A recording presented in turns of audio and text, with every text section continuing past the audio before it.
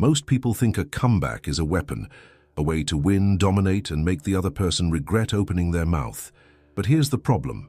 The moment you answer with anger, you didn't win the argument. You surrendered your nervous system. Because now they're driving. They press a button and you react on command, and that's not strength, that's remote control. Stoics played a different game. They didn't aim to defeat people. They aimed to remain undefeated by chaos. Real power isn't louder words. It's the calm that makes the other person's storm look childish. So if you've ever been disrespected by a coworker, baited by a stranger, or stabbed by a family member who knows exactly which nerve to hit, this is for you. In the next minutes, you'll get 5 smart phrases, 5 stoic comebacks that disarm anyone without insults, without yelling, and without begging to be understood. One of them is so simple it feels harmless, until you see what it does to a fragile ego in real time. Let's start with the mistake that makes good people lose control. Most of our anger doesn't come from what was said. It comes from what it means. The insult threatens your image. The tone feels like a verdict, and your ego panics because it believes respect is something you must win back immediately. But Epictetus warned us about this trap. He taught that we don't suffer from events themselves, but from our judgments about them. Someone's words are just air and sound until you crown them with authority. The moment you decide, this must be answered, you've already handed over your peace. Marcus Aurelius wrote about building an inner citadel, a place inside you no one can invade without permission. That's the real goal here. Not to silence everyone, not to control other people's moods, to protect your own mind. And when you understand that, you stop looking for the perfect clapback. You start using calm as a strategy. These 5 phrases work because they do one thing. They refuse to play the role the aggressor assigned you. They remove the fuel, they shift the frame, and they keep you standing tall without becoming cruel. Phrase 1. Are you okay? Most people hear an insult and think, I'm under attack, I have to fight back. But secure, happy people don't go around tearing others down. Cruelty is often just pain leaking outward. So when someone attacks you, you don't meet them with heat. You meet them with clarity. You look at them calmly and ask, are you okay? Not as sarcasm, not as a joke, as a genuine check-in. That single question flips the dynamic. They expected opponent versus opponent. You just turned it into observer versus emotional breakdown. You're basically saying, this reaction is so unstable, it warrants a wellness check.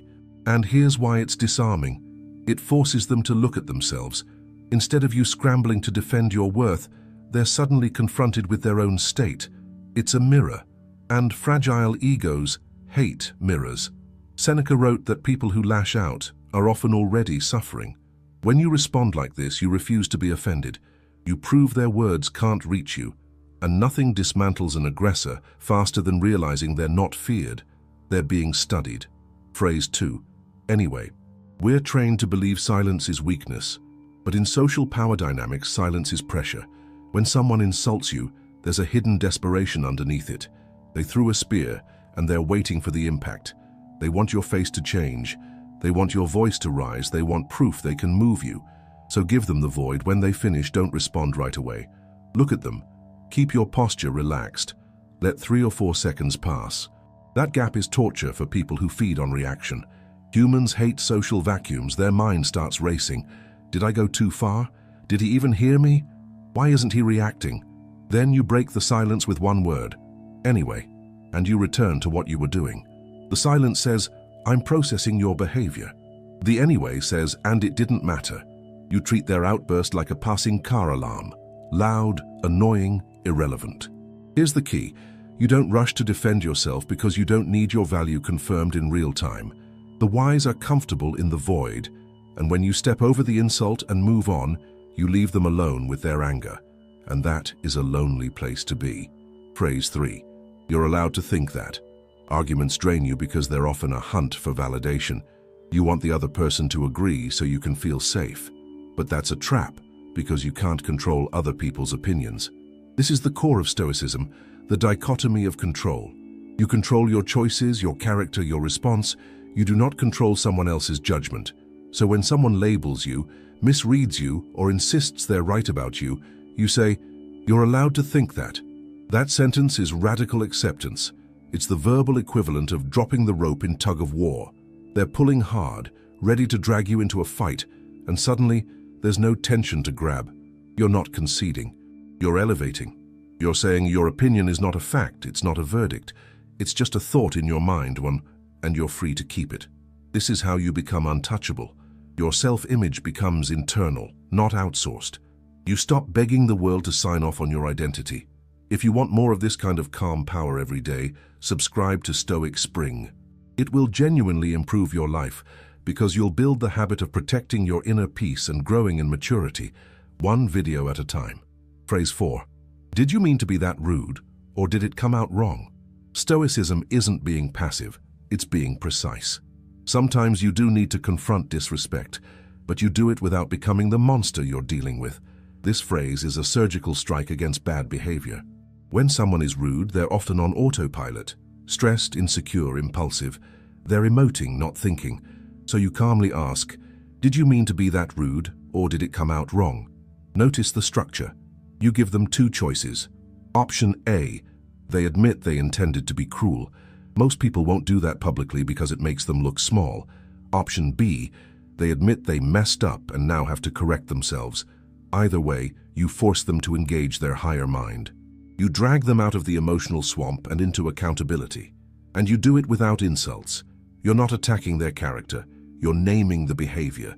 You're basically saying, I saw that. Do you want to own it?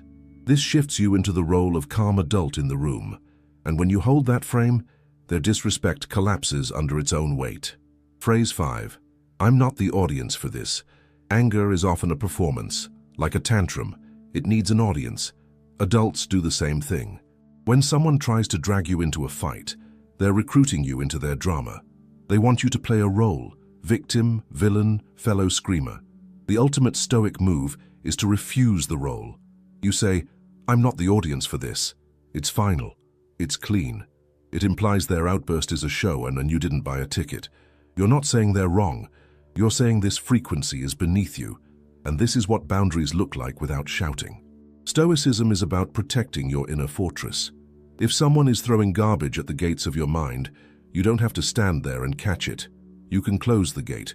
You can walk away. Not as a victim running from conflict. As a person who prioritizes peace over chaos.